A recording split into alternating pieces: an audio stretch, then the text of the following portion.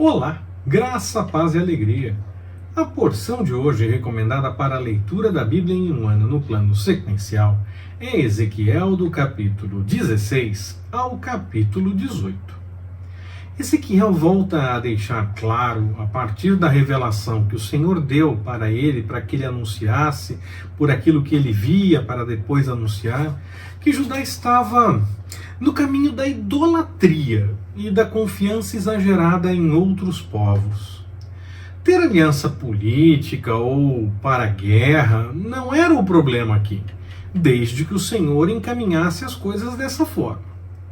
Fazer as alianças por conta própria ou confiar em pessoas que parecem que estão fazendo a coisa certa e esperar que o Senhor cuide depois de confiar, quer nas situações ou nas pessoas ou em alianças ou o que quer que seja, não resolve nada. Se for para ter algum tipo de aliança, o Senhor encaminha assim.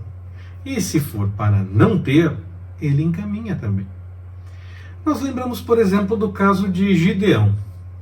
Ele tinha um grupo grande e da própria nação nem era com acordo com outros povos, e o Senhor mandou diminuir o exército, para ficar claro que foi através da intervenção dele que a vitória foi dada.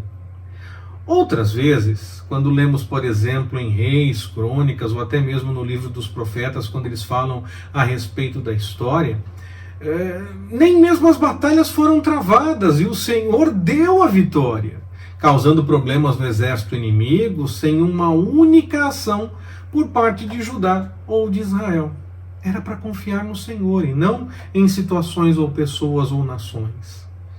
Podemos ter alianças e esperar a ação de determinadas pessoas, é claro que podemos.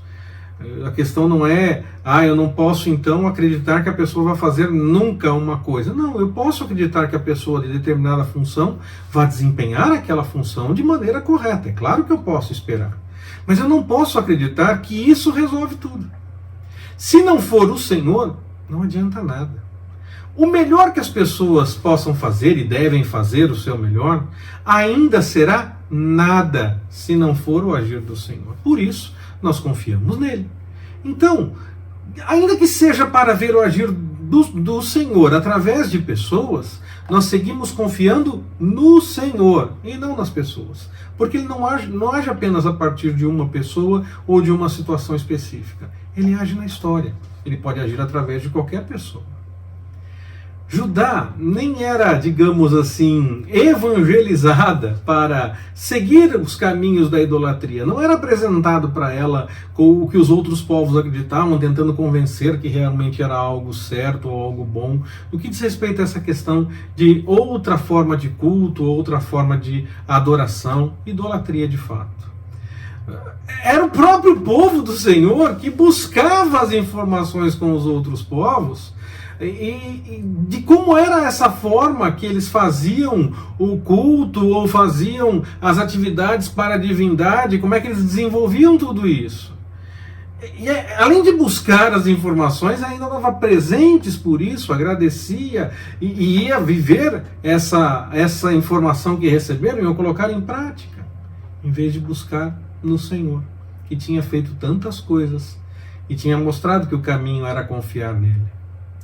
A comparação com prostituição muitas vezes se aplica tanto ao relacionamento idólatra, como também a essa confiança em outros povos ou em outras pessoas, em qualquer coisa, em vez de buscar no Senhor. Eu já disse, as pessoas vão agir no correr da história. Se o Senhor não fizer de forma milagrosa, alguém vai fazer.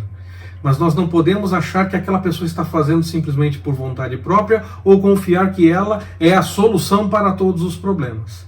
Porque o Senhor é quem vai agir, quer seja através daquela pessoa ou daquela situação, ou de uma forma completamente diferente, através de outra pessoa, de outra situação, de forma completamente miraculosa. É o Senhor quem vai agir. Nós confiamos nele. Isso é importante ficar bem definido quando nós buscamos a vontade do Senhor.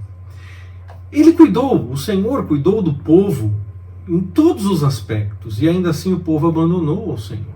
Nós precisamos tomar cuidado, porque o Senhor tem feito tantas coisas por nós, tem cuidado de nós, e nós precisamos tomar cuidado para não fazer o mesmo que o povo de Judá e de Israel fez. O mesmo que o povo do Senhor fez, nós corremos o risco de fazer.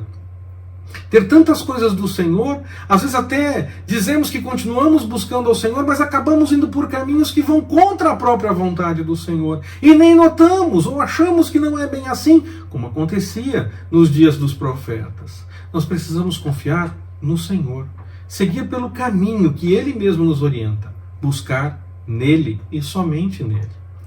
O povo achava que uma semente ruim poderia fazer com que pessoas de uma mesma família fossem sempre erradas e culpadas.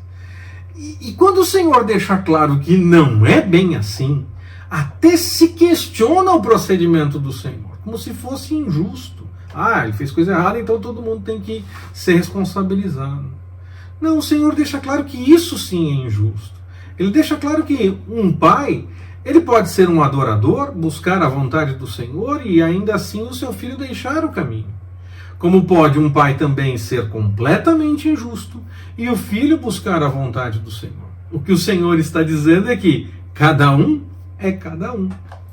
E mais, não é por ter feito errado um dia que deve ser condenado para sempre. Diante da sociedade, pode ter sim punição por conta das leis, e aí é necessário mesmo que, se arrependendo e buscando ao Senhor, talvez tenha ainda que cumprir diante da responsabilidade apresentada por conta das leis da sociedade. Mas diante do Senhor, um pecador arrependido é perdoado. Quantas vezes se espera que uma pessoa que cometeu um crime pague eternamente pelo seu erro, e isso muitas vezes até mesmo no meio do cristianismo? Misericórdia! O cristianismo deveria lutar por uma conversão e mudança da pessoa, porque Jesus pagou o preço para que isso acontecesse, para que houvesse perdão para aquele que buscasse. Nós anunciamos isso. Quantas vezes se comemora a morte de um bandido? Isso não é correto.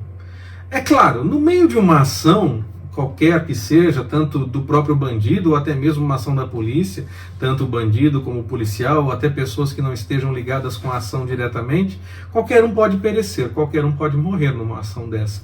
Isso é fato, isso pode acontecer. Não estou dizendo, não pode acontecer nunca. Não, isso pode acontecer. Infelizmente isso pode. Mas o Senhor deixa claro que Ele espera pela conversão e pela mudança de vida daquele que cometeu o erro. Então, o Senhor deixa isso claro mesmo no tempo da lei, porque o profeta está mostrando isso no tempo da lei.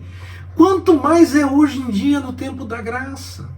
Nós precisamos tomar cuidado com esses direcionamentos políticos ou sociais que estão de acordo com alguns pensamentos e que acabam indo contra, sim, a palavra do Senhor. Acabam indo contra o próprio Evangelho e as pessoas ainda acham que está indo a favor.